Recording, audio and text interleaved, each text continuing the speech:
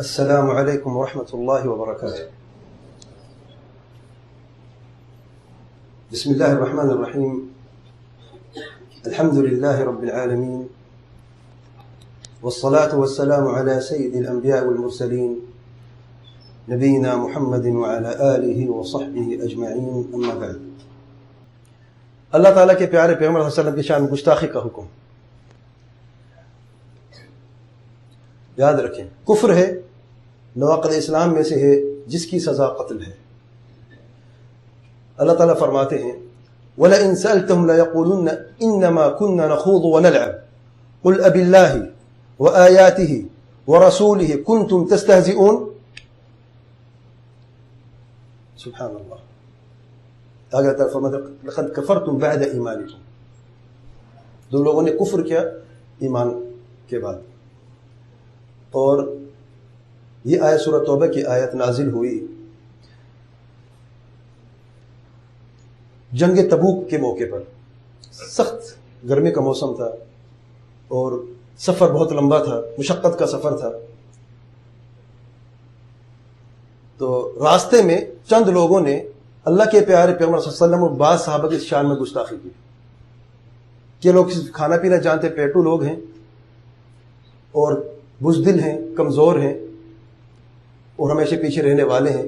چند کچھ ایسے الفاظ کہے. ایک صحابی نے سنا اور کہا کہ تم منافق ہو کہنے والے، میں ابھی جا خبر ہے تو اللہ کے پیارے پیغمبر صلی اللہ علیہ وسلم کو. چنانچہ اس سے پہلے کہ وہ صحابی پہنچتا، جبریل امین علیہ السلام 7ویں آسمان سے آتے ہیں اور یہ خبر لے کے آتے ہیں. قل ابی اللہ وآیاتہ ورسولہ کنتم تستہزئون. لا تعتذروا قد كفرتم بعد ایمانکم. اب بہانے نہ بناؤ، اب تو ایمان کے بعد کفر کر چکے ہو. جب وہ شخص پہنچتا ہے، سید عبداللہ بن عمر فرماتے ہیں کہ میں نے دیکھا وہ شخص اللہ کے پیارے پیغمبر صلی اللہ علیہ وسلم اونٹ پہ سوار ہے اور وہ شخص جس نے بات کہی اب وہ معذرت کرنے آیا ہے اور یہ کہہ رہے کہ ہم تو صرف مذاق کر رہے تھے. آپ صلی اللہ علیہ وسلم صرف یہی جواب دیتے قل ابی اللہ وآیاتہ ورسولہ کنتم تستہزئون. تمہیں کچھ اور چیز نہیں ملی؟ مذاق کرنے کے لیے اللہ ہی ملا ہے، اللہ کی آیات اللہ کے رسول ہی تمہیں ملا ہے. لا تعتذروا، اب بہانے نہ بناؤ، کوئی عذر نہیں ہے تمہارا. سبحان اللہ. قد کفرتم بعد ایمانکم. ابن حزم رحمۃ اللہ علیہ اس آیت کریمہ کے تعلق سے فرماتے ہیں اللہ تعالیٰ نے اس آیت کریمہ میں بیان فرمایا ہے کہ اللہ تعالیٰ یا اس کی آیتوں یا اس کے رسولوں میں سے کسی رسول سے استہزاء یعنی شان میں گستاخی کرنا کفر ہے، ایمان سے خارج کر دیتا ہے. حوالہ آپ دیکھ رہے ہیں الفصل جلد نمبر 4 صفحہ نمبر 244 میں. سزا قتل ہے، اس کی ثبوت چند احادیث ہیں متفق علیہ سے بخاری مسلم میں. قصہ ہے ابن خطل کا قصہ. عبداللہ بن خطل یہ شخص وہ ہے جس نے اسلام قبول کیا، پھر اسلام قبول کرنے کے بعد اس نے ایک مسلمان کا قتل کیا، پھر دین اسلام سے خارج ہو گیا، مرتد ہو گیا اور اس نے اللہ کے پیارے پیغمبر صلی اللہ علیہ وسلم کو گالیاں بھی دی. بلکہ 2 لوڈیاں اس شخص نے رکھ لی تھی جن کا کام یہی تھا کہ نعوذ باللہ آپ صلی اللہ علیہ وسلم کی شان میں گستاخی کرتے تھے اور ایسے شعر پڑھ جس میں آپ صلی اللہ علیہ وسلم کی شان میں گستاخی ہو. اللہ کے پیارے پیغمبر صلی اللہ علیہ وسلم جب فتح مکہ کے موقع پر آئے اور فاتح ہوئے تو چند لوگوں کے تعلق سے حکم دیا کہ ان لوگوں کو قتل کیا جائے ان کے نام لے کے. ان میں ایک شخص یہ تھا ابن خطل بھی تھا. آپ صلی اللہ علیہ وسلم فرماتے ہیں اسے قتل کرو اگرچہ یہ شخص کعبے کے پردے سے لٹکا ہوا کیوں نہ ہو. کعبے کے پردہ جو ہے اگر اس پردے سے شخص چمٹا ہوا ہو اور وہ یہ سمجھے کہ میری یہ حالت جو ہے یہ اس حالت کو دیکھ کے آپ صلی اللہ علیہ وسلم ترس کھائیں گے اور مجھے معاف کر دیں گے، تب بھی اسے نہ چھوڑنا، قتل کر دینا. یہ متفق علیہ روایت ہے. امام ابن تیمیہ رحمۃ اللہ علیہ فرماتے ہیں ابن خطل نے 3 جرم کیے تھے جن کی وجہ سے اسے قتل کیا گیا. نمبر 1 اس نے قتل کیا، نمبر 2 وہ مرتد ہوا، نمبر 3 اس نے اللہ کے پیارے پیغمبر صلی اللہ علیہ وسلم کو گالی دی. اسرار المسلول جلد نمبر 2 صفحہ نمبر 265 میں. دوسرا قصہ کعب بن اشرف یہودی کے قتل کا قصہ متفق علیہ سے بخاری مسلم میں ہے. اللہ تعالیٰ کے پیارے پیغمبر صلی اللہ علیہ وسلم فرماتے ہیں کہ کعب بن اشرف کے لیے کون ہے؟ اس نے اللہ کے اور اللہ تعالیٰ کو، اللہ تعالیٰ کے پیارے پیغمبر صلی اللہ علیہ وسلم کو اذیت دی ہے. تو سید محمد مسلمہ معروف صحابی رضی اللہ عنہ عرض کرتے ہیں میں ہوں یا رسول اللہ، میں تیار ہوں، آپ حکم دیجئے بس. کیا آپ یہ پسند کرتے ہیں کہ میں اس شخص کا قتل کروں؟ اللہ تعالیٰ کے پیارے پیغمبر صلی اللہ علیہ وسلم نے فرمایا جی ہاں. چنانچہ پھر اس کا قتل کرتے ہیں. ذرا غور کریں، ان حدیث میں آپ صرف اجازت دے رہے ہیں. کوئی شخص، کوئی صحابی اپنے تئیں اپنی مرضی سے نہیں جا رہا ہے. تیسرا قصہ، ایک نابینا صحابی تھے اور اس کی ایک لونڈی تھی جو ام ولد تھی، اس کی بچوں کی ماں تھی اور ذمی تھی، غیر مسلم تھی. اللہ کے پیارے پیغمبر صلی اللہ علیہ وسلم گالیاں دیتی تھی، منع کرتا تھا، باز نہ آتی تھی، رکتی نہ تھی. تو ایک مرتبہ اللہ کے پیارے پیغمبر، یہ صحابی جو ہیں، رات کو سوتے ہوئے جب اس نے اپنی بات ختم کی اس کی بیوی نے، تو ایک خنجر، ایک چیز اٹھائی اور اس کے سینے پہ رکھا اور اس پر اپنا پورا جسم کا جو وزن ہے اس پہ ڈال دیا اور اسے قتل کر دیا. اور صبح آتے ہیں اللہ کے پیارے پیغمبر صلی اللہ علیہ وسلم سے عرض کرتے ہیں کہ یہ عورت جو ہے اس طریقے سے آپ گالیاں دیتی تھی، میں نے اسے قتل کر دیا. اللہ کے پیارے پیغمبر صلی اللہ علیہ وسلم فرماتے ہیں تم گواہ رہنا، بے شک اس کا خون رائگا ہے، اس کا دم حدر ہو چکا ہے، کیونکہ اس نے اللہ کے پیارے پیغمبر صلی اللہ علیہ وسلم کو گالی دی. اور یہ روایت ابو داؤد میں ہے. علامہ البانی اس کو صحیح کہتے ہیں، صحیح سند کے ساتھ، حدیث نمبر 3665 میں. آخری قصہ عبداللہ بن سعد بن ابی السرح کا قصہ ہے. یہ بھی ابو داؤد میں ہے، حدیث نمبر 4359 میں. عبداللہ بن سعد بن ابی السرح جو ہے سیدنا عثمان رضی اللہ عنہ کا رضاعی بھائی تھا. اس شخص نے اسلام قبول کیا اور اس کے بعد اس شخص نے یہ دعویٰ کیا کہ اللہ کے پیارے پیغمبر صلی اللہ علیہ وسلم ان سے وحی لکھواتے تھے. اور اس شخص نے یہ کہا کہ میں اپنی طرف سے کوئی چیزیں لکھ دیا کرتا تھا، وحی میں اپنی طرف سے چیزیں لکھ دیا کرتا تھا اور اللہ کے پیارے پیغمبر صلی اللہ علیہ وسلم خاموش اختیار کرتے، اقرار کر لیتے. اور یہ بھی دعویٰ کیا کہ مجھ پر بھی وحی عنقریب نازل ہونے والی. بہرحال تو اللہ کے پیارے پیغمبر صلی اللہ علیہ وسلم نے حکم دیا کہ شخص کو قتل کر دوں. اس نے آپ صلی اللہ علیہ وسلم کی شان میں گستاخی کی. سیدنا عثمان رضی اللہ عنہ کو جب خبر ملی تو اس شخص کو لے کے آتے ہیں اور اللہ کے پیارے پیغمبر صلی اللہ علیہ وسلم خدمت میں حاضر ہوتے عرض کرتے ہیں کہ اے اللہ کے پیارے پیغمبر صلی اللہ علیہ وسلم اس شخص سے بیعت لے لیں، یہ شخص توبہ کر کے آیا ہے، اس کی توبہ قبول کر لے. اللہ کے پیارے پیغمبر صلی اللہ علیہ وسلم اس شخص کی طرف 3 مرتبہ دیکھا، اپنے ہاتھ کو روکا اور 3 مرتبہ دیکھا. پھر آپ صلی اللہ علیہ وسلم نے اس شخص کی بیعت کو قبول فرمایا. پھر صحابہ کرام کی طرف متوجہ ہو کر فرمایا کہ کیا تم میں سے کوئی ایسا سمجھدار شخص نہیں تھا جو اسے قتل کر دیتا، جبکہ میں نے 3 مرتبہ اپنے ہاتھ کو بیعت سے روکا؟ سبحان اللہ. تو صحابہ کرام نے عرض کی اے اللہ تعالیٰ کے پیارے پیغمبر صلی اللہ علیہ وسلم، اگر آپ ہمیں آنکھوں سے کوئی اشارہ کر دیتے. ذرا انصاف دیکھیں میرے بھائیو، آپ صلی اللہ علیہ وسلم کی عظمت تو دیکھیں. آپ ہاتھ روکا، کوئی اشارہ نہیں کیا. تو صحابہ کرام عرض کرتے اگر آپ کوئی اشارہ کر دیتے ہمیں تو ہمیں قتل کر دیتے اسے. اللہ کے پیارے پیغمبر صلی اللہ علیہ وسلم فرماتے ہیں کسی نبی کے لیے ہرگز جائز نہ تھا کہ اس کی آنکھوں کی خیانت ہو. کیا مطلب ہے؟ امام خطابی فرماتے ہیں دل میں کچھ اور باہر کچھ. دل میں تو یہ ہے کہ قتل کرنا ہے اور باہر یہ ہے کہ میں نے معاف کرنا، یہ کبھی نہیں ہو سکتا. آنکھوں کی خیانت اور دھوکہ دہی کبھی دیتا نہیں. سبحان اللہ. حدود کا نفاذ کس کے ذمہ ہے؟ اس سے پہلے کہ میں اس کو بیان کروں، ایک سوال ہے. اب یہ سوال بہنوں سے، لیڈیز سے ہے، ان کے لیے بھی یہاں پہ گفٹ موجود ہیں. سوال یہ ہے کہ ام المؤمنین ام سلمہ رضی اللہ عنہا کا نام کیا ہے؟ ام المؤمنین ام سلمہ رضی اللہ عنہا، یہ تو کنیت ہے نا ام سلمہ، ان کا پورا نام چاہیے مجھے. نام کیا ہے؟ سوال واضح ہے. ام المؤمنین سیدہ ام سلمہ رضی اللہ عنہا کا نام کیا ہے، پورا نام کیا ہے؟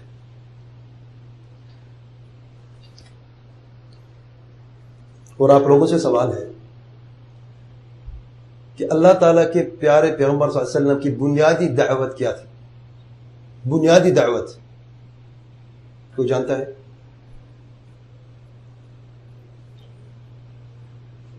آپ بتائیں جی. توحید، بارک اللہ. توحید عبادت اگر اسپیسیفک کر دیتے نا، توحید عبادت تھی.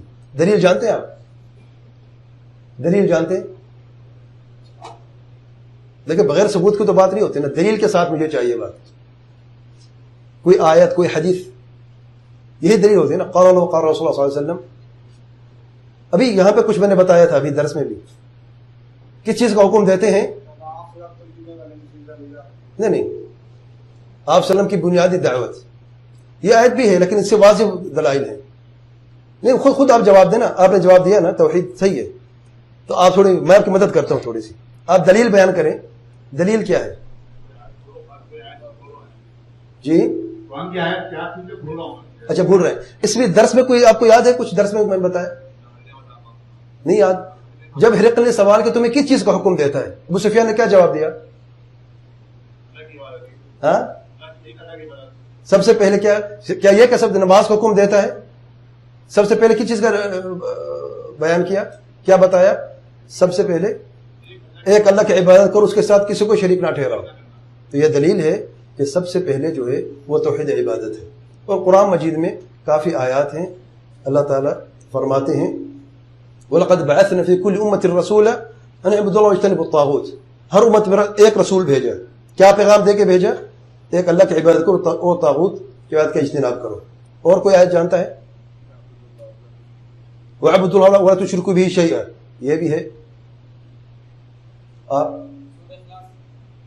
سورۃ الاخلاص قل هو اللہ احد اللہ الصمد لم یلد ولم یولد ولم یکن له کفوا احد. بارک اللہ فیک. حدود کا نفاذ کس کے ذمہ ہے؟ یہ تو ہم نے جان لیا کہ اللہ تعالیٰ کے پیارے پیغمبر صلی اللہ علیہ وسلم کی شان و گستاخی کرنے والا کافر مرتد ہے اور واجب القتل ہے، اس کی سزا قتل ہے. اور اگر کافر گستاخی کرے اس کی سزا بھی قتل ہے.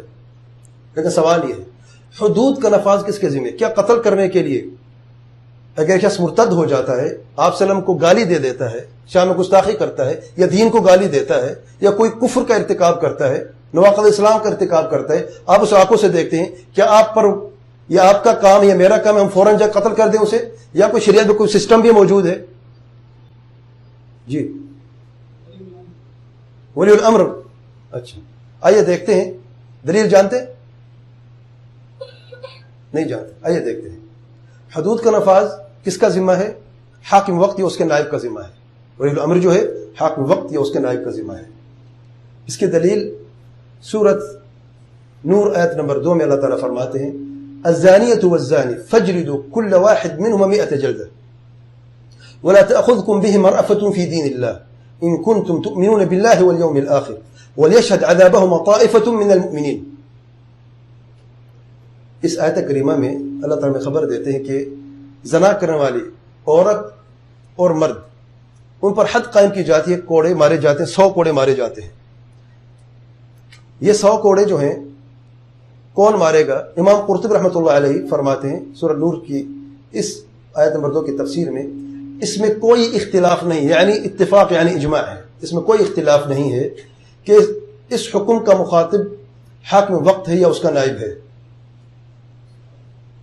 امام مالک رحمۃ اللہ علیہ فرماتے ہیں اور آقا اپنے غلاموں پر حد قائم کر سکتا ہے کیونکہ وہ ولی امر ہے اپنے غلاموں کا. امام شافعی رحمۃ اللہ علیہ فرماتے ہیں جن حدود کو اللہ تعالیٰ نے واجب کر دیا، زنا، شراب اور قذف وغیرہ میں حاکم وقت ہی کے ہاتھوں ہونا چاہیے اور فاضل اور اچھے لوگ ہی قائم کریں گے. یعنی نفاذ، شریعت کا نفاذ کس کے ذمہ ہے؟ حاکم وقت کے ذمہ ہے. اور جو حد قائم کرنے والا شخص اس کو بھی نیک پرہیزگار ہونا چاہیے. اگر خود جھوٹا ہے، خود شرابی ہے، خود زناکار ہے، کیا کسی پہ حد قائم؟ شرم نہیں آئے گی اسے؟ تو جو شخص حد قائم کر، یعنی جو کوڑے مارنے والا جلاد ہے، اس کو بھی اللہ تعالیٰ کا ڈر ہونا چاہیے دل میں. امام بیہقی رحمۃ اللہ علیہ روایت کرتے کہ فقہاء مدینہ سے روایت کرتے ہیں کہ وہ کہا کرتے تھے کسی کے لیے جائز نہیں ہے کہ وہ کوئی حد قائم کرے سوائے سلطان کی اجازت سے، الا یہ کہ کوئی شخص اپنے غلام یا لونی پر زنا کے حد قائم کرے. اور یہ بیہقی میں کتاب الحدود میں روایت موجود ہے، اور عبد الرزاق مصنف میں بھی اس کو روایت کیا ہے. ایک عظیم قاعدہ بیان کرتے ہیں. یہ بھی ہم نے جان لیا کہ حد قائم کرتا ہے حاکم وقت، اور عوام الناس افراد الناس کا یہ کام نہیں ہے. اگر کوئی شخص یہ کہے، جیسے کہ بعض لوگوں نے کہا بھی ہے، کہ عوام الناس میں سے لوگ جو ہیں وہ قتل کر دیں اس شخص کا جس نے آپ صلی اللہ علیہ وسلم میں گستاخی کی ہے، واجب القتل ہے، تو کوئی بھی شخص جا قتل کرے اس کے انعام دیا جائے گا، انعام سے نوازا جائے گا. تو کیا اس کی اجازت ہے شریعت میں؟ آئیے دیکھتے ہیں. ایک قاعدہ ہے، بڑا پیارا قاعدہ ہے. خرابیوں یا مفاسد سے بچنا خوبیوں مصالح کو پا لینے پر مقدم ہے. درء المفاسد مقدم علی جلب المصالح، یہ شرعی قاعدہ ہے. اور اس قاعدے کی دلیل اللہ تعالیٰ کا فرمان یسألونک عن الخمر والمیسر قل فیہما اثم کبیر ومنافع للناس واثمہما اکبر من نفعہما. شراب اور جوا، اللہ تعالیٰ فرماتے ہیں کہ لوگ آپ صلی اللہ علیہ وسلم سے سوال کرتے ہیں شراب اور جوا کے تعلق سے. آپ انہیں کہیں کہ ان دونوں میں، شراب اور جوے میں گناہ کبیر ہے، اثم کبیر. وہ منافع للناس، اس میں کچھ نفع بھی ہے، کوئی شک دنیاوی نفع بھی ہے، لیکن ان کا گناہ جو ہے وہ اس نفع سے بہت زیادہ ہے. اس لیے پھر آگے جو آیتیں ان میں تحریم کا حکم دے دیا گیا. اور اللہ تعالیٰ کے پیارے پیغمبر صلی اللہ علیہ وسلم فرماتے ہیں، یہ واضح حدیث ہے صحیح بخاری میں، حدیث نمبر 126 میں، کہ اے عائشہ، اگر تیری قوم نو مسلم نہ ہوتی تو میں کعبے کو توڑ دیتا اور اس کے 2 دروازے بنا دیتا. لوگ ایک دروازے سے داخل ہوتے، دوسرے سے خارج ہو جاتے. کعبے کی تعمیر جو قریش نے کی تھی، اس کی تعمیر میں ان سے غلطی ہوئی، اور اس غلطی کی وجہ کہ حلال مال مکمل نہ ہو سکا. اور انہوں نے یہ وعدہ کیا تھا، عہد کیا تھا سب مل کے مشرکین عرب نے، کہ ہم کعبے کی تعمیر کریں گے صرف حلال مال سے. حلال مال اتنی کم پڑ گیا کہ اللہ کا گھر نہ بنا سکے. معاشرہ دیکھیں کتنا عجیب و غریب معاشرہ ہے. اندھیرے اتنے چھا چکے ہیں ہر طرف کہ حلال مال ایک کعبے کے اپنے رب کے گھر تعمیر کرنے کے لیے پورا نہ تھا. یعنی اتنی حرام کھاتے تھے وہ لوگ. اب غور کریں ذرا، جب کم پڑ گیا حلال مال تو انہوں نے کہا ہم کعبے کی دیوار کو جو ہے وہ تھوڑی چھوٹی کر دیتے ہیں اور جو چوڑائی اس چھوٹی کر دیتے ہیں. تو کعبے کی تعمیر چنانچہ اس طریقے سے کی. اور جو ابراہیم علیہ السلام نے کعبہ بنایا تھا، یہ جو حجر اسماعیل کا حصہ ہے، حقیم جسے کہتے ہیں، یہ کعبے میں شامل تھا. اس لیے آپ دیکھتے ہیں کہ طواف اس کے اندر سے آج بھی نہیں ہوتا، باہر سے ہوتا ہے، کیونکہ یہ کعبے کا حصہ ہے. جو اندر سے طواف کرتے اس کا طواف نہیں ہوتا. جس نے غلطی سے ایک چکر بھی اندر سے لگا لیا، اس کے 7 چکر نہیں ہوئے، تو اس کو شروع سے طواف کرنا پڑے گا، کیونکہ کعبے کا طواف اس نے کیا نہیں ہے، اندر سے جا کے طواف کیا ہے. اور 2 دروازے تھے ابراہیم علیہ السلام کے زمانے میں، ایک سے لوگ داخل ہوتے اور ایک سے خارج ہو جاتے. یعنی جو بھی مسلمان اندر جانا چاہتا تھا اس کے لیے اجازت تھی. مشرکین عرب نے کیا کیا کہ ہم سردار ہیں، صرف سردار لوگ ہی جا سکتے ہیں، کوئی اور نہیں جائے گا. چنانچہ ان لوگوں نے دروازے کو اوپر کر دیا، سیڑھی لگا دی، تو بغیر ہماری اجازت کوئی داخل نہیں ہو سکے گا. تو اللہ کے پیارے پیغمبر صلی اللہ علیہ وسلم جانتے تھے کہ تعمیر غلط ہے اور خواہش کرتے تھے کہ اس کو میں تبدیل کروں. مکہ میں تو طاقت نہیں تھی. جب مدینہ میں گئے، فتح مکہ کے موقع پر آئے، اب تو غالب ہو چکے. وہ فتح مکہ کے موقع پر کافی لوگ، 2000 سے زیادہ لوگ نو مسلم ہوئے فوراً. تو آپ صلی اللہ علیہ وسلم فرماتے ہیں میرا دل کرتا ہے کہ میں کعبے کو توڑوں، دوبارہ سے تعمیر نو کروں، جیسا کہ ابراہیم علیہ السلام کے زمانے میں تھا. لیکن آپ صلی اللہ علیہ وسلم نے کیوں نہیں کیا؟ ایک مصلحت ہے کہ کعبے کی تعمیر صحیح ہو، ایک مفسدہ ہے کہ لوگ جو نئے مسلم ہوئے ہیں یہ اسلام سے پھر نہ جائے کہ یہ کیسا نبی جو گھر کو توڑتا ہے. ابھی ایمان دل میں جگہ نہیں کی نا، ابھی تو ایمان کو سمجھنا باقی ہے. تو اس لیے اللہ کے پیارے پیغمبر صلی اللہ علیہ وسلم نے اپنا ہاتھ روک کے کعبے کو نہیں توڑا. عجب بات دیکھیں، سبحان اللہ، یہ حکمت ہے اللہ تعالیٰ کی. عبداللہ بن زبیر کے زمانے میں کعبہ پھر گرا تھا. حجاج بن یوسف نے منجنیق سے کعبے کو گرایا. سیدنا عبداللہ بن زبیر جو اس حدیث کے راوی بھی ہیں، ان کو پتہ تھا کہ کعبے کی تعمیر کیسے کرنی ہے. جب انہوں نے تعمیر کی، سن 63 ہجری سے 73 ہجری تک وہ خلیفہ رہے مکہ میں. جب کعبے کی تعمیر کی تو صحیح کی جیسے ابراہیم علیہ السلام نے کی تھی. لیکن جب پھر خلاف اموی آیا اور غالب ہوئے اور پھر کعبے میں کچھ دراڑیں پڑ گئی تھی تو انہوں نے دیکھا کہ تعمیر نو کرنی ہے، اور انہوں نے کہا کہ عبداللہ بن زبیر سے غلطی، دوبارہ جو تعمیر کی وہ قریش والی تعمیر کی. اور پھر امام مالک سے یہ پوچھا گیا کہ آپ مشورہ دیتے کہ دوبارہ اس کو توڑ کے ہم بنائیں؟ امام مالک فرماتے ہیں اللہ تعالیٰ کا گھر ہے، اسے ہاتھ نہ لگاؤ، ورنہ ہر حاکم آئے گا اور وہ توڑتا جائے گا، اس کو پھر نئی تعمیر کرتا جائے گا، اس لیے جیسے ویسے چھوڑ دو. یہ اللہ کی حکمت ہے. آج بھی ہم دیکھتے ہیں اللہ تعالیٰ کے گھر کی تعمیر جو ہے وہ ناقص ہے، اور ہم باہر سے طواف کرتے ہیں حقیم سے اور اندر سے نہیں کر سکتے. بہرحال یہ قاعدہ ہے. اور حافظ ابن حجر رحمۃ اللہ علیہ اس حدیث کے طرف سے فرماتے ہیں کہ ہمیں یہ پیغام ملتا ہے کہ مصلحت کو چھوڑنا تاکہ مقصد سے بچا جا سکے، اور یہ بھی کہ انکار منکر کو چھوڑنا جب یہ ڈر ہو کہ اس سے بڑا منکر پیدا ہو جائے. فتح الباری جلد نمبر 1 صفحہ نمبر 225 میں امام ابن تیمیہ رحمۃ اللہ علیہ کی معروف کتاب امر بالمعروف نہی عن المنکر میں فرماتے ہیں بلکہ حرام ہوتا ہے اگر اس کی خرابی یا مفسدہ اس کی بھلائی یا مصلحت سے زیادہ ہو.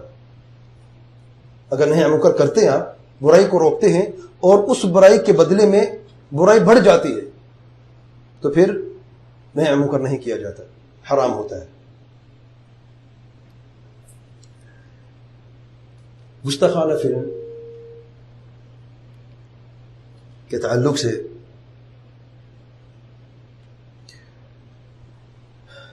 اس فلم نے پوری دنیا میں شور مچایا ہے، اور اس فلم کے تعلق سے بہت ساری باتیں بھی آئی ہیں. میں یہاں پر زیادہ بات نہیں کروں گا اس فلم کے تعلق سے، لیکن چند بنیادی باتیں ہم سب کو جاننا ضروری ہے. نمبر 1، یہ فلم کس نے بنائی ہے؟ نمبر 2، یہ فلم کیوں بنائی ہے؟ نمبر 3، ہمارے رد عمل کیا رہا اور کیا ہونا چاہیے قرآن و سنت کی روشنی میں. یہ فلم بنائی ہے 2 لوگوں نے، اور دونوں دین کے بڑے دشمن ہیں. جو فنانسر ہے جس نے پیسہ دیا $50 لاکھ دیے ایک یہودی نے، ایک سیکولر شخص کو دیے، سیکولر جو بے دین ہوتا ہے، تاکہ وہ فلم بنائے، اور اس شخص نے 12 دن میں اس فلم کو پروڈیوس کر دیا. ان 2 ظالموں نے، بدکار کافر ملعون لوگوں نے اس فلم کو بنایا.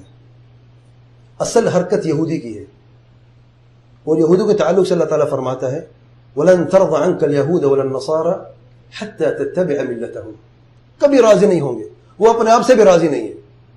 ایسی قوم ہے جو مغضوب علیہم ہے اور کبھی راضی نہیں ہوں گے کسی چیز سے بھی، اور سب سے بڑے دشمن ان کے آج ہے مسلمان. تو یہودی نے یہ سازش کی، اور اس سیکولر نے، اور سیکولر جو ہے یہ وہ لوگ ہیں جو اپنے آپ کو زیادہ سمجھدار سمجھتے ہیں اور کہتے ہیں بھائی دین پہ عمل کرنا ہے تو اس کو چرچ یا مسجد یا مندر کی حد تک رکھو، دین کو دنیا میں مکس نہ کرو، دین کا تعلق دنیا سے نہیں ہے. اور یہ بھی کفر ہے، یاد رکھیں، یہ بھی کفر ہے، یہ بھی ردت ہے. اور عجب بات ہے کہ بعض مسلمان ایسے ہیں جو ایسی باتیں کرتے، کلمہ پڑھنے والے. بہرحال تو یہ لوگ جنہوں نے فلم بنائی ہے، اور یاد رکھیں ان لوگوں کے دل میں کسی چیز کی عظمت ہے ہی نہیں. یہودیوں نے اپنے انبیاء کو قتل کیا، تو ہمارے نبی کے تعلق سے کیا ہو وہ ہمدردی رکھیں گے؟ جو اپنے انبیاء کے قتل کرنے والے ہوں، گالیاں دینا تم کے سامنے کیا ہے؟ ایک شخص پر اللہ کا غضب نازل ہو چکا ہے، اس سے کیا آپ خیر کی توقع کر سکتے ہیں؟ اور دوسرا، دنیا کا پجاری، عبد الدرہم عبد الدینار، پیسے مل گئے، اس نے یہ نہیں دیکھا میں کیا کرنے جا رہا ہوں، اس کا کیا رد عمل ہونے والا ہے، میں کس کی شان میں گستاخی کرنے جا رہا ہوں، کوئی پرواہ نہیں کی. ہو گیا، فلم بن گئی، پروڈیوس بھی ہو گئی. پھر وہ عجب بات ہے کہ اس فلم کو مسلمانوں نے سب سے زیادہ دیکھا ہے، اور بہت کم دنوں میں سب سے زیادہ دیکھی جانے فلم بھی یہی ہے.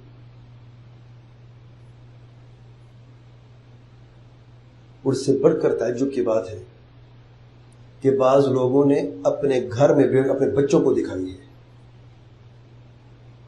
یہ سبق دینے کے لیے بچوں کو دیکھو یہ ہمارے دشمن ہیں، ہمارے نبی پر کس طریقے کی سے فلم بناتے ہیں. اور اس سے بڑھ کر بعض لوگوں نے 10 قدم آگے جا کے یہ جرم کیا ہے کہ بعض گندے جو کلپ ہیں اس پوری مووی میں سے وہ نکال کر کاٹ کر اسے یوٹیوب پہ ڈال دیا.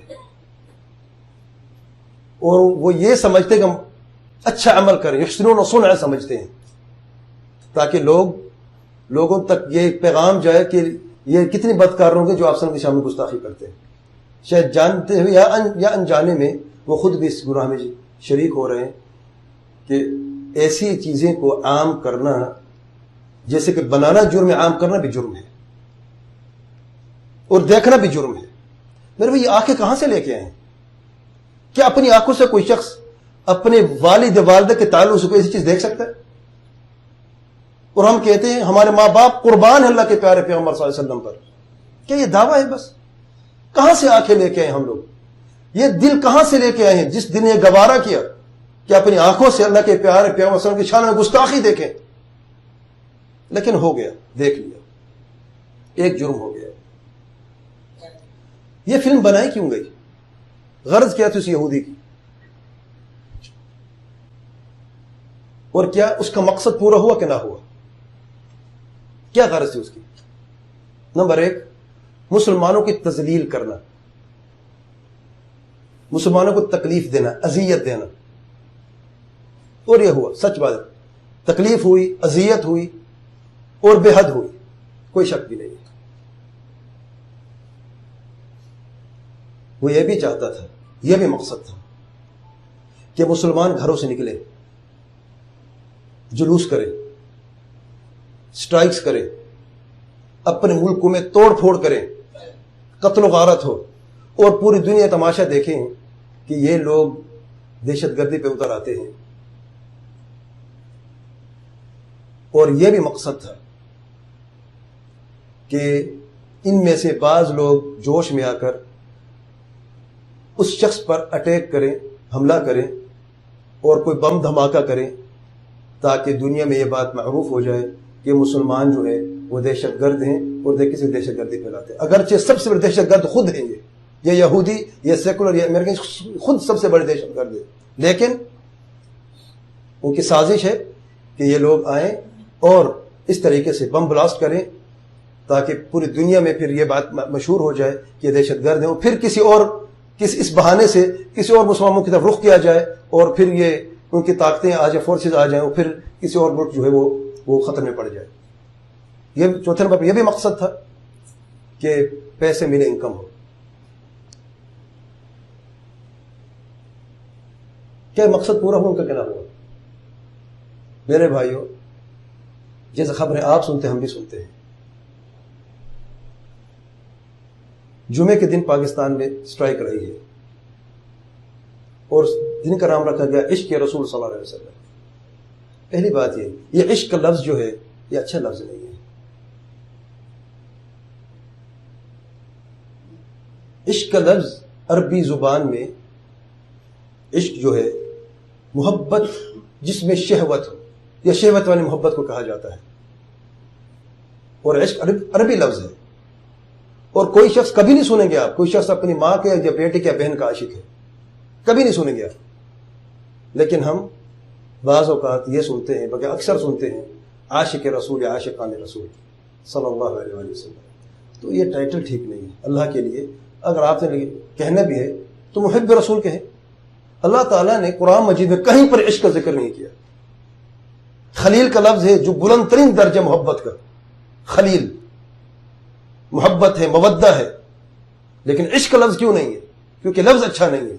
کسی حدیث میں آپ کو عشق کا لفظ نظر نہیں آئے گا. کیوں؟ کیونکہ اچھا نہیں ہے. بعض جاہلوں نے، اور یہ جہالت کی بنیاد پر لفظ ہے، اور صوفے کو جہالت سے یہ ہم نے دیکھا ہے کہ عشق رسول صلی اللہ علیہ وسلم کے نام پر کتنی بدعات و خرافات و شرک کرتے رہتے ہیں. بہرحال اس دن کیا ہوا؟ 20 سے زیادہ لوگ مارے گئے، بینکس میں آگ لگا دی گئی، سینما ہالز میں آگ لگا دی گئی، گاڑیوں میں آگ لگا دی گئی، اور کتنے نقصان ہوا۔ یہ نقصان کس کو ہوا؟ یہ توڑ پھوڑ کہاں پہ ہوئی؟ اپنا نقصان اپنے ہاتھوں سے کر بیٹھے۔ بعض لوگ کہتے ہیں کہ ہم نے کوشش کی روکنے کی۔ جب آپ لاکھوں لوگ لے کے چلتے ہیں تو پھر آپ کیسے کنٹرول کر سکتے ہیں؟ دوسری بات، ان لاکھوں لوگوں میں سے یہ صبح سے لے کے شام تک سٹرائک میں تھے، کتنی لوگوں نے یہ نمازیں پڑھی؟ جمعہ کی نماز تھی، عصر کی نماز تھی، مغرب کی نماز تھی، بلکہ عشاء تک بھی لوگ رات تک بھی رہے۔ یہ نمازیں کتنی لوگوں نے پڑھی؟ ہم محب رسول صلی اللہ علیہ وسلم تو ہیں، لیکن سچا محبت کرنے والا کون ہے؟ اللہ تعالیٰ کیا فرماتے ہیں؟ قُلْ إِن كُنتُمْ تُحِبُّونَ اللَّهَ فَاتَّبِعُونِ يُحْبِبْكُمُ اللَّهُ۔ آپ صلی اللہ علیہ وسلم کی اتباع ایسے کی جاتی ہے؟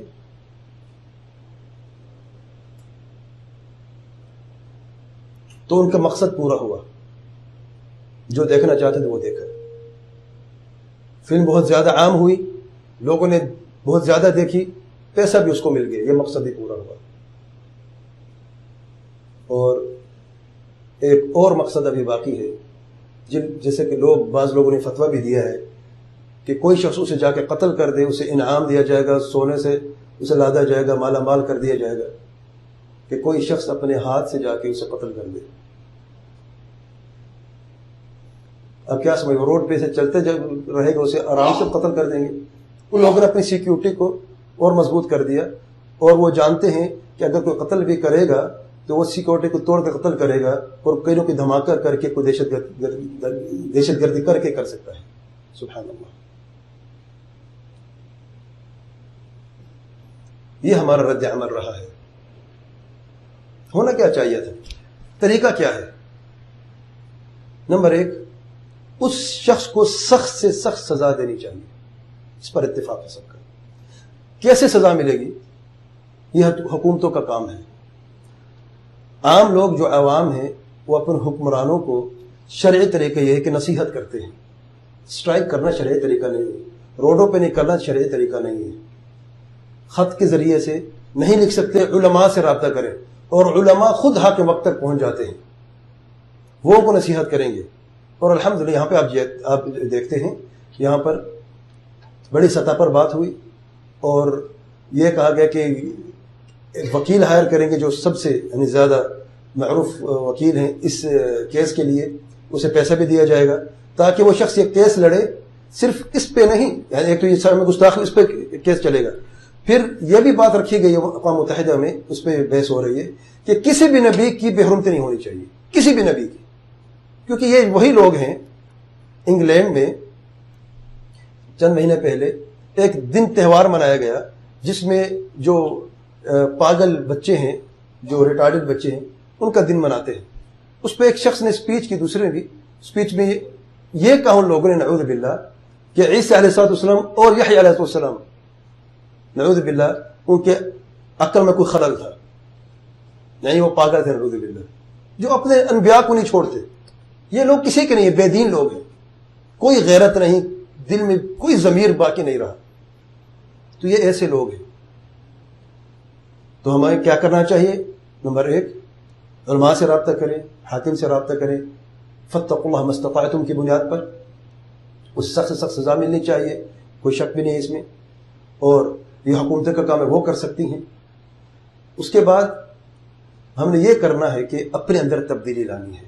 میرے بھائیو، جو بھی آج ہم دیکھ رہے ہیں امت کے حالات میں، یہ امت بنتی ہے فرد سے، افراد سے۔ جیسے ہم ہیں ویسے ہماری امت ہے، ویسے امت موجود ہے۔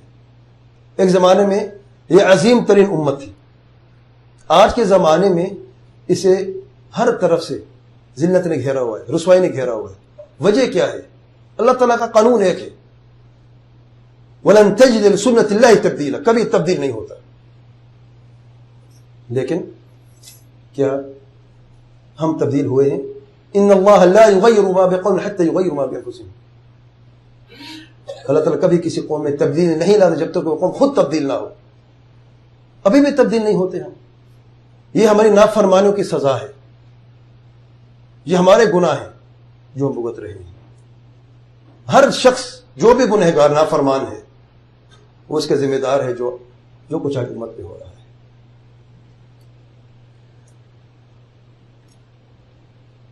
اگر اس شخص کو سزا ملے یا نہ ملے وہ اللہ تعالیٰ کی پکڑ سے کبھی بچ نہیں سکتا. اللہ تعالیٰ فرماتے ہیں والذین یؤذون رسول اللہ لہم عذاب علیم، اور یہ کافی ہے اس کے لیے.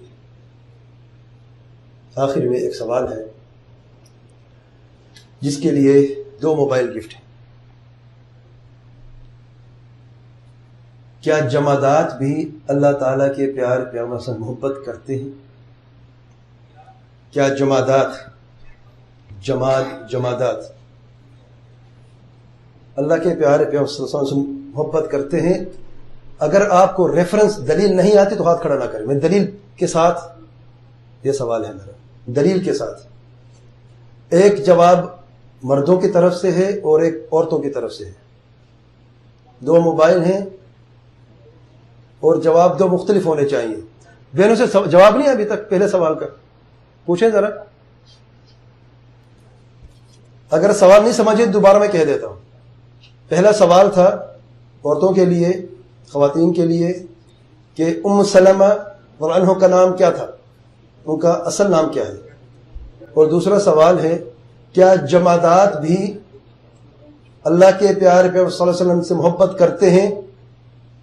اس کا مجھے جواب چاہیے دلیل کے ساتھ. اور گفٹ موبائل فون ہے. جمادات کیا ہوتی ہیں؟ جانور جمادات نہیں ہوتے میرے بھائی. حجر اور شجر، بارک اللہ فیک، 2 لفظوں میں حجر اور شجر جمادات ہوتے ہیں. حجر ہے، شجر ہے، جو بھی جمادات ہیں. اب حجر شجر میں بات آسان کر دی ہے، ہنٹ بھی دے دیا ہے جواب میں. ہاں کتنی ہاتھ ہیں ماشاءاللہ. میں پوچھوں گا دلیل کے ساتھ. سب سے پہلے ہاتھ آپ نے کھڑا کیا، آپ نے. جی، صحابہ کرام نے جو ممبر بنایا تھا، آپ صلی اللہ علیہ وسلم جب ممبر میں چلے گئے تو وہ ٹہنی رویا کرتی تھی. جب صحابہ کرام سے پوچھا گیا اور وہ ٹہنی صحابہ کرام صلی اللہ علیہ وسلم نے اپنے سینے کے ساتھ لگا دی اور صحابہ کرام نے پوچھا تو آپ نے جواب دیا اگر میں اس کو سینے سے نہ لگاتا تو یہ قیامت تک روتی رہتی، اس لیے جمادات اللہ کے رسول سے پیار کرتا. اللہ اکبر. اچھا حوالہ ایک منٹ آدھا جواب ہے، آدھا حوالہ. بغیر حوالے کی بات نہیں کرنی. یہ نہیں، آپ نہیں، وہ خود جواب دیں گے پورا جواب. یہ روایت کہاں پہ ہے؟ چلو تکا لگا دیں. تکا نہیں لگاتے؟ آپ کو نہیں یاد نہیں ہے؟ یاد نہیں ہے لیکن میں نے کتاب میں پڑھا ہے. اچھا یاد نہیں ہے آپ کو. اس میں نے پہلے سے کہا جس کو ریفرنس کے ساتھ دلیل کے ساتھ یاد ہو. کسی کو یاد ہے یہاں پہ یہ روایت کہاں پہ؟ دیکھ موبائل 2 میں تقسیم نہیں ہو سکتا. نہیں آپ جواب نہیں دیں گے. موبائل کے حقدار آپ ہو گئے، ٹھیک ہے. آپ ہاتھ کھڑا کر رہے ہیں، آپ بتائیں. صحیح بخاری میں، بارک اللہ فیک، صحیح بخاری میں. یہ ایک جواب ہے اور حدیث نمبر ہے 3391، 3391. اچھا یہ مردوں کی طرف سے ہے. اب عورتوں کی طرف سے جواب مختلف ہونا چاہیے. یہی سوال ہے خواتین کی طرف سے جواب. اچھا جواب سن لیں ذرا. ٹہنی نہیں تھی، وہ ایک کھجور کے درخت کا دھڑ تھا. اللہ کے پیارے پیغمبر صلی اللہ علیہ وسلم جو ہیں خطبہ دیا کرتے تھے ایک کھجور کے درخت کے دھڑ پہ. پھر ایک وقت آیا کہ کسی نے تحفے کے طور پہ آپ صلی اللہ علیہ وسلم کو لکڑی کا ایک ممبر بنا کے دیا. تو اللہ کے پیارے پیغمبر صلی اللہ علیہ وسلم لکڑی کا جو ممبر اس پر کھڑے ہو گئے خطبہ دیتے ہوئے. جمعہ کا خطبہ جاری ہے، اچانک رونے کی آواز آ گئی. تو صحابہ کرام دیکھتے ہیں کوئی بچہ بھی نہیں ہے، کوئی بڑا بھی، رو بھی کوئی نہیں رہا، آواز کہاں سے آ رہی ہے. اور دیکھتے ہیں تو درخت کے قریب سے کہیں سے آواز آ رہی ہے. اللہ کے پیارے پیغمبر صلی اللہ علیہ وسلم منبر سے نیچے اترتے ہیں دیکھیں خطبے کو روک کے, اور اس دھڑ کو, درخت کا دھڑ ہے, جواد ہے, کھجور کا درخت, زندہ درخت بھی نہیں ہے, دھڑ کہتے ہیں جو درخت کاٹ دیا گیا ہو, اب زندہ نہیں ہے وہ, اس کو اپنے سینے سے لگاتے ہیں. شفقت دیکھیے اللہ کے پیارے پیغمبر صلی اللہ علیہ وسلم, یہ عظمت اور شفقت ہوتی ہے, یہ پیار ہوتا ہے. سینے سے لگایا, فوراً رونا شروع بند ہو گیا اور خاموشی طاری ہو گئی. اللہ کے پیارے پیغمبر صلی اللہ علیہ وسلم واپس آتے ہیں اور فرماتے ہیں اگر میں اسے اپنے سینے سے نہ لگاتا تو یہ قیامت تک روتا رہتا.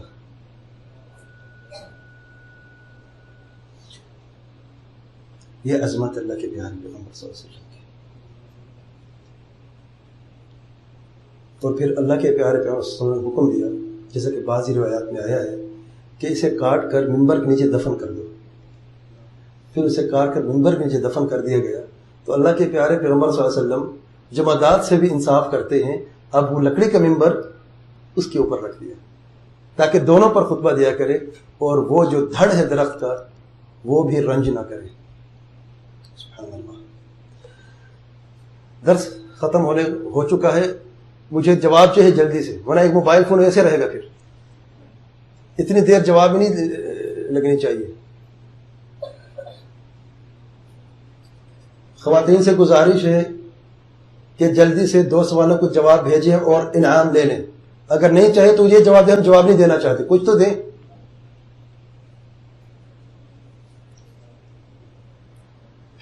اگر کوئی سوال ہے بھائیوں کے تو جب تک سوالوں کو جواب دیتے ہیں.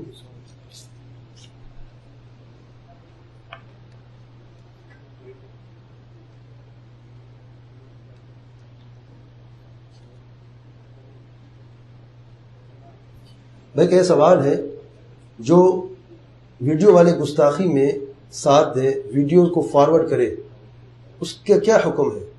یہ کفر تو نہیں ہے. کافر تو وہ ہے جس نے بنائی ہے, وہ گستاخی کی ہے. جن لوگوں نے فارورڈ کیا ہے وہ اچھا کام سمجھ کے فارورڈ کیا ہے, ان سے غلطی ہوئی ہے اور ان کو ایسا نہیں کرنا چاہیے تھا, لیکن اس میں کوئی شک نہیں, حرام عمل ہے, جائز نہیں ہے.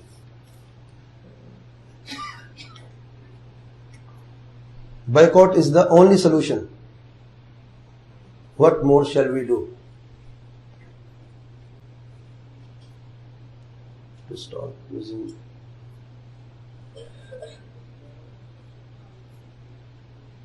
often receiving emails to stop using Google and YouTube. What shall we do? دیکھیں بائیکاٹ بھی ایک حل ہے, اچھی بات ہے, کہ اصل مسئلہ ہے کہ ہم کیا خود مختار ہیں. میرے ہمارے گھروں میں ہم تصور تو کرتے ہیں کہ ہم کافر سے بالکل الگ ہو جائیں. یہود و نصارہ ہیں, ہمارے دشمن ہیں, اور آپ صلی اللہ علیہ وسلم گستاخی کرتے رہتے ہیں. ہمارے گھروں میں ہمارے جوتے جو پہنتے ہیں کہاں کے بنے ہوئے ہیں, جس گاڑی میں ہم آئے ہیں کہاں کی گاڑی بنی ہوئی ہے, یہ توپ جو ہم نے پہنا ہوا ہے یہ کہاں کا کپڑا ہے. ہم محتاج, ٹوٹلی محتاج ہو چکے ہوں گے. ہم خود مختار کب ہوں گے؟ ہمارے اندر ٹیلنٹ موجود نہیں کہ ہمارے بچے, ہمارے جوان صرف محتاج رہے گا دوسروں کے. میرا بھی ہمیں خود مختار بھی ہونا پڑے گا. یہ بھی ایک حل تھا جو میں نے بیان نہیں کیا, لیکن یہاں پر الحمدللہ حل ہے. ہم بائیکاٹ کریں, لیکن اب تو اس کے ساتھ تو بائیکاٹ ہے, لیکن ہر کافر کے ساتھ کر سکتے ہیں, کیونکہ کوئی نہ کوئی کافر جو ہے اپنی لیول پہ, اپنی جگہ پر کوئی گستاخی کرتا رہتا ہے. تو ہمیں خود مختار ہونا پڑے گا. ٹیکنالوجی میں آگے آئیں, علوم میں آگے ہیں, اور انشاءاللہ ایک وقت آئے گا انشاءاللہ ہمارے جوان, ہمارے بچے جو ہیں اس ہمارے مستقبل ہیں, اور روشن مستقبل انشاءاللہ ہمارے. تو ہمیں اس کی بھی انشاءاللہ اہمیت کا اندازہ ہونا چاہیے. گوگل یوٹیوب کو بند کرنا سچ بات ہے کوئی حل نہیں ہے. آپ وقت بند کرتے وقت طور پہ پھر کھل جاتا ہے, اس میں خیر بھی ہے شر بھی ہے. آپ ہمیشہ سے حرام کر نہیں سکتے. اب یوٹیوب کو میں کہتے کہ حرام ہے, بالکل نہ دیکھیں, یہ بھی ناانصافی ہے. گوگل یوٹیوب سے کافی فائدہ ہو رہا ہے, آپ خیر بھی اسے حاصل کرتے, شر بھی, 2 دھاری تلوار ہے. السلام علیکم. ایسے غیر مسلم جو اسلام کے بہانے میں, کہ اسلام کے بارے میں بالکل نہیں جانتے اور اسلام اور مسلمانوں کے خلاف بہت غلط باتیں کرتے ہیں, تو ہم ایسے غیر مسلموں کو کس طرح سمجھایا جائے. دیکھیں یعنی حلول میں سے ایک یہ بھی حل ہے کہ اللہ کے پیارے پیغمبر صلی اللہ علیہ وسلم کی عظمت کو بیان کریں, سیرت کو خود جانیں سمجھیں اور اس کو آگے بھی بڑھائیں اپنے بچوں میں, اپنے گھروں میں, اسکولوں میں. سیرت کو عام کہ آپ صلی اللہ علیہ وسلم کی سیرت کے دروس, واللہ سیرت میں ایسے خوبصورت دروس موجود ہیں ہم سوچ بھی نہیں سکتے. ایک چھوٹا قصہ لے لیں, یہ بہت سارے قصے, ایک قصہ میں نے ابھی بیان کیا ہے, بہت سارے قصے ہیں آپ صلی اللہ علیہ وسلم کی عظمت میں, وہ بیان کریں لوگوں میں عام کہ آپ صلی اللہ علیہ وسلم محبت لوگوں کے دلوں میں عام کریں. دین اسلام کی خوبصورتی کیا ہے, دین اسلام خوبصورت دین ہے, کیا کیا خوبصورتی ہے, یہ لوگوں میں عام کریں. جتنی بھی غلط فہم اسلام کے بارے میں سب انشاءاللہ دور ہو جائیں گے. لیکن ہمارے بارے میں جو امیج دیا گیا ہے, یہ داڑھی والے لوگ ہیں, دہشت گرد ہیں, دھماکے کرتے رہتے ہیں, اور اس میں کوئی شک نہیں کہ ہمارے بعض بچوں سے غلطی ہوئی ہے, واقعی دھماکے بھی ہوئے ہیں اور واقعی ان دھماکوں مسلمانوں کو بھی قتل عام ہوا ہے, کوئی شک بھی نہیں ہے. لیکن کیا سارے مسلمان ایسے ہیں؟ یہ غلط بات ہے, یہ ناانصافی ہے. السلام علیکم. ہمارے بعض دوست یہود و نصارہ کی مخالفت کرنے کی غرض سے ان کی مصنوعات کو ترک کرنے پر اصرار کرتے ہیں. عموماً مصنوعات کا جو ہمارے روزمرہ زندگی میں استعمال ہوتی ہیں, مثلا پیپسی کوکا کولا وغیرہ, جبکہ بعض دوست اس کی مخالفت بھی کرتے ہیں. سوال یہ ہے کہ کیا مسلمان ان یہود و نصارہ کی تمام ضروری اور غیر ضروری مصنوعات کا استعمال کر سکتا ہے؟ دیکھیں میرے بھائی, میں نے ابھی بات کی ہے کہ ہم خود مختار نہیں ہیں. جب ہم خود مختار بنیں گے تو ہمیں اس چیز کی ضرورت نہیں پڑے گی. ہم اپنے پیروں پر کھڑے ہو سکتے ہیں, لیکن ہم دوسروں کے محتاج ہو چکے ہیں. پیپسی کولا ہے یا کوکا کولا ہے یا دیگر مصنوعات ہیں, آپ پیپسی کو تو روک دیں, گاڑی بھی روک دیں. آپ اگر ابھی سوچیں کہ میں غیر مسلم کوئی چیز استعمال نہیں کروں گا, گھر میں کیا رہے گا؟ کچھ رہے گا باقی؟ یہ پنکھے بھی چائنک لگائے ہیں یہاں پہ, یہ لائٹیں, ٹیوب لائٹیں, یہ مائک سسٹم, یہ سارا جو ہے. ایک مرتبہ میں آپ کو اپنی سچ بات بتاؤں, ٹائر تھے ملیشیا کے اور ساتھ جاپانی ٹائر بھی تھے. گاڑی کے ٹائر میں نے چینج کرنے تھے. میں نے پوچھا, کہتے یار یہ ملیشیا کا ٹائر ہے. جب میں وہاں پہ گیا تو ایک اور شخص سے بات کر رہا تھا, اس کی بڑی خوبیاں بیان کر رہا تھا. اس ٹائر کی قیمت 300 ریال کی تھی, اور جو جاپانی ٹائر اس کی قیمت تقریباً 350 کی تھی, 400 کی اتنی تھی. وہ شخص کہہ رہا ہے یار یہ جو ٹائر ہے ملیشیا کا 100 اور یار 50 کا فرق ہے, گارنٹی کیا ہے کہ یہ کام کرے گا؟ جاپان اسے کہا اس کی ایک سال کی گارنٹی بھی ہے, جاپان کی بھی 1 سال کی گارنٹی ہے. کہتے یار جاپانی ٹائر جو ہے 2 سال بھی چل جاتا ہے, 3 سال بھی چل جاتا ہے. تو وہ ڈر رہا تھا لوں یا نہ لوں. ہم خود اپنے مسلمانوں کے پروڈکٹس پر شک کرتے ہیں. یہ لینے کیا جاتا ہے؟ 1 سال میں ختم بھی, خراب بھی ہو گیا. اگر اللہ تعالیٰ نے آپ کو اتنی طاقت دی ہے, آپ اتنی گاڑی, اتنی یعنی اچھی گاڑی جس کا ٹائر 300 ریال کا ہے, 400 ریال کا ہے, تو آپ اتنی طاقت بھی ہے کہہ رہے 50 ریال اس یعنی مسلمان ملک کے لیے آپ قربان نہیں کر سکتے. دوسری مرتبہ میں گیا خود بیٹری لینے کے لیے. ایک ترکی کی بیٹری تھی 220 ریال کی, اور جو امریکن بیٹری وہ 210 ریال کی. میں نے کہا 10 ریال مہنگا کیوں ہے؟ یہ ایک نئی چیز ہے, اس کو کم کرو. کہتے ہیں اس کی قیمت اتنی ہے. گارنٹی کتنی ہے؟ کہتے ہیں اس کی گارنٹی 1 سال کی ہے, اس کی بھی 1 سال کی ہے. تو میں نے تو بیٹری خرید لی. میں نے کہا چلو مسلمان ملک کے لے لیتے ہیں. لیکن کیا ہم ایسا کرتے ہیں؟ نہیں, ہمیں کرنا چاہیے. ہم جانتے ہیں کہ ہمارے پروڈکٹس جو ہے تھوڑے سے اس میں کچھ خلل ہوتا ہے یا کچھ کمزور ہوتی ہیں. اگر آپ بھروسہ نہیں کریں گے تو پھر آگے کیسے بڑھیں گے؟ چائنا ہمارے, آپ جانتے ہیں کہ کتنے مسلمان ملک ہیں جو گاڑی بناتے ہیں اپنی, کوئی جانتا ہے؟ کتنے مسلمان ملک ہیں جو اپنی گاڑی بناتے ہیں خود؟ ملیشیا بناتا ہے, بارک اللہ فیک, ملیشیا بناتا ہے. کتنے مسلمان ملک ہیں دنیا میں؟ ہاں 53 ہے, اور ایک جو ہے وہ گاڑی بناتا ہے, باقی کہیں سو رہے نہیں بنا سکتے. عجب بات ہے میرے بھائی. بائیکاٹ کی بات کرنا تو بہت آسان ہے, اب کرنے والا ہو نا کوئی.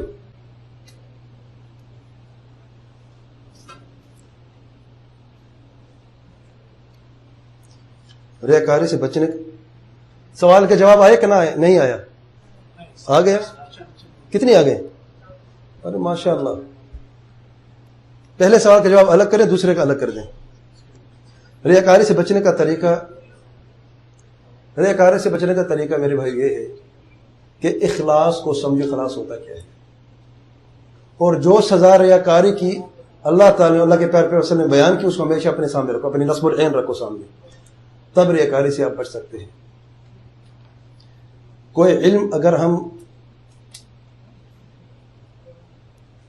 سیکھ لیں اور اس میں میوزک یا کوئی حرام چیز آتی ہو تو اس سے طریقہ کیا ہے؟ علم سیکھنا جائز ہے، اور اگر اس علم کے ذریعے پیسہ کماتے ہیں تو وہ پیسہ حرام ہو. دیکھیں میوزک کا علم تو حرام ہے، جائز نہیں ہے. اور مجھے نہیں پتا کہ سائل کیا چاہتا ہے، کہ کس طرح وہ میوزک کا علم حاصل کرنا چاہتا ہے تو جائز نہیں ہے. جائز جو کچھ کمائے گا وہ بھی حرام ہے، کیونکہ اس کی بنیادی حرام ہے. Turn the paper. اچھا، دوسرا سوال پیچھے. کسی انسان کے لیے کھڑے ہونا غلط ہے اور وہ شرک ہے، کوئی حدیث اور آیات بتائے. دیکھیں کسی کے لیے کھڑے ہونا، القیام لہ والقیام الیہ، دو مختلف الفاظ ہیں عربی زبان میں. اللہ کے پیارے پیغمبر صلی اللہ علیہ وسلم نے منع فرمایا کہ کوئی شخص کسی لیے کھڑا نہ ہو، اور تعظیم کے لیے کسی کے لیے کھڑے ہونا یہ شرک ہے. اور آپ نے مثال دی اس حدیث میں کہ جیسا کہ کسرا کے پیچھے یا ساتھ دو لوگ ہمیشہ کھڑے رہتے اس کی تعظیم کے لیے، یہ جو کھڑے رہنا یہ جائز نہیں ہے. اور اگر کوئی شخص داخل ہوتا ہے یا سفر سے آتا ہے، آپ کھڑے ہو کر اس کے استقبال کے لیے آگے بڑھتے ہیں، کھڑے ہو جاتے ہیں، یہ جائز ہے. اللہ کے پیارے پیغمبر صلی اللہ علیہ وسلم فرماتے ہیں، صحیح بخاری کی روایت میں ہے سیدنا سعد بن معاذ کے تعلق سے، قوموا الی سیدکم، اٹھ کے کھڑے ہو جاؤ اپنے آقا کے لیے، سردار کے لیے. تو صحابہ کرام اٹھے، اس کا استقبال کیا. اللہ کے پیارے پیغمبر صلی اللہ علیہ وسلم جب سیدہ فاطمہ گھر میں آتی، اٹھ کے کھڑے ہو جاتے، استقبال کرتے اور اپنی جگہ پہ جا کے بٹھاتے، تعظیم کرتے. تو اس انداز سے آپ اگر اٹھتے ہیں کسی کے لیے تو وہ جائز ہے. لیکن کسی کے لیے یوں کوئی شخص کھڑے ہو جاتے ہیں، ساتھ ہی استقبال نہیں کرتے تو اٹھنا جائز نہیں ہے. بارک اللہ فیک. کیا بغیر تصریح کے حج کر سکتے ہیں؟ بغیر تصریح کے میرے بھائی حج نہ کریں. بغیر تصریح کے حج جو ہے نہیں کرنا چاہیے، کیونکہ حج زندگی میں صرف ایک مرتبہ فرض ہے. میری ذرا بات غور سے سنیں. حج زندگی میں ایک مرتبہ فرض ہے، اور اس ایک مرتبہ فرض جو زندگی میں اس کو پورا کرنے کے، اس پہ عمل کرنے کے لیے آپ 10 جھوٹ بولتے ہیں، دھوکہ دیتے ہیں، پتہ نہیں کیا کچھ نہیں کرتے. بعض لوگ گاڑی کی ڈگیوں میں جا کے مرغیوں کی طرح گھس کے یعنی چلے جاتے ہیں. یہ حج ہے. اگر آپ مستطیع نہیں ہے تو نہ کریں. اگر آپ کے پاس تصریح کے پیسے نہیں ہیں، جو سے آج کل 3000 سے تقریباً شروع ہوتے ہیں، 2500 سے مہنگا ہو گیا، استطاعت نہیں رکھتے، اللہ تعالیٰ فرماتے ہیں کس پر فرض ہے؟ لمن استطاع الیہ سبیلا. آپ استطاعت نہیں رکھتے، آپ پر فرض ہی نہیں ہے. قیامت میں اللہ تعالیٰ سے آپ سے سوال نہیں کرے گا آپ نے حج کیا کیوں ہے. لیکن اگر حج بھی کر لیا اور جھوٹ بھی بولا، دھوکہ بھی دیا، اپنی جان کو خطرے میں ڈالا اور کئی لوگوں کو تکلیف بھی دی ہے، تو پھر اب حج کا ثواب ملے نہ ملے وہ تو بات کی بات ہے. اب یہ جو جرم ہے اس کا تو جواب دینا پڑے گا. بغیر وضو قرآن پڑھ سکتے ہیں؟ بغیر وضو کے قرآن کو چھو نہیں سکتے. بغیر وضو کو زبان سے قرآن تلاوت کر سکتے ہیں. تحیۃ الوضو پڑھنا سنہ مؤکد ہے، سنت مؤکد نہیں. تحیۃ الوضو جو ہے یعنی وضو کے بعد 2 سنت پڑھنا سنت ہے، اور تحیۃ المسجد جو ہے وہ سنہ مؤکد ہے. قرآن میں ایک آیت ہے الخبیثات اچھے مرد اچھی عورتوں کے لیے، اچھی عورتیں اچھے مردوں کے لیے، اور برے مرد. سوال اکثر ایسا ہوتا ہے کہ مرد بہت برا ہوتا ہے، عورت اچھی ہوتی ہے. یہ میرا بھائی کوئی شاید گھر والے سے شاید ناراض ہے، پتہ نہیں. اللہ المستعان. اچھا، اور عورت اچھی ہوتی ہے، مرد شراب وغیرہ پیتے ہیں اور بہت برا ہوتا ہے. ایسا کیوں ہوتا ہے؟ یہ اللہ تعالیٰ کی حکمت ہے میرے بھائی. اگر دونوں ہی فرما بردار اور نیک ہوں تو پھر نور علی نور ہے. اللہ کے پیارے پیغمبر صلی اللہ علیہ وسلم فرماتے ہیں دنیا کے بہترین متاع میں سے نیک بیوی، صالح بیوی ہے. بڑی نعمت ہے نیک اور صالح بیوی. اس کو اللہ تعالیٰ عطا فرمائی ہے، وہ خوش قسمت انسان ہے. اور میں اللہ تعالیٰ سے دعا کر دوں اللہ تعالیٰ ہم سب کی بیویوں کو نیک اور صالح بنا دے. ہم سب خطا کار ہیں، ہم سے غلطیاں بھی ہوتی رہتی ہیں، لیکن اللہ تعالیٰ غفور رحیم ہے، مغفرت بھی کر دیتا ہے. تو ایک مجھے قصہ یاد آ گیا. ایک خوبصورت انسان تھا، ایک خوبصورت عورت تھی، خوبصورت. اس کی شادی ایسے شخص سے جو بدصورت تھا. سبحان اللہ.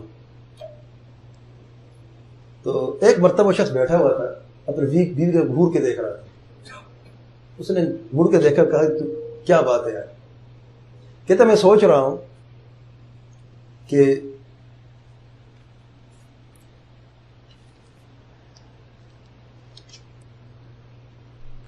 اللہ تعالیٰ نے جوڑے کو کیسے بنائی. تم کتنی خوبصورت ہو، میں اتنے بدصورت ہوں. تو اس سمجھدار جیسے خوبصورت اور خوبصورت بھی عورت تھی، سبحان اللہ، سمجھدار، کہتی ہیں آپ غم نہ کریں، اللہ تعالیٰ نے میری قسمت میں آپ کو لکھا ہے، میں نے صبر کیا، اور تمہاری قسمت میں مجھے لکھا ہے، میں نے شکر کیا. اللہ تعالیٰ نے، سبحان اللہ، میری قسمت میں آپ کو لکھا ہے، اچھی صورت نہیں ہے، میں نے صبر کیا ہے، اور تیری قسمت میں مجھے لکھا میں خوبصورت ہوں، تو ہمیشہ شکر کرتا رہتا ہے. اور اللہ تعالیٰ صبر کرنے اور شکر کرنے والے کو جنت میں داخل کر دیتا ہے. تو جیسے ہم یہاں پہ ایک ساتھ ہیں، وہاں پر ایک ساتھ رہیں گے انشاءاللہ.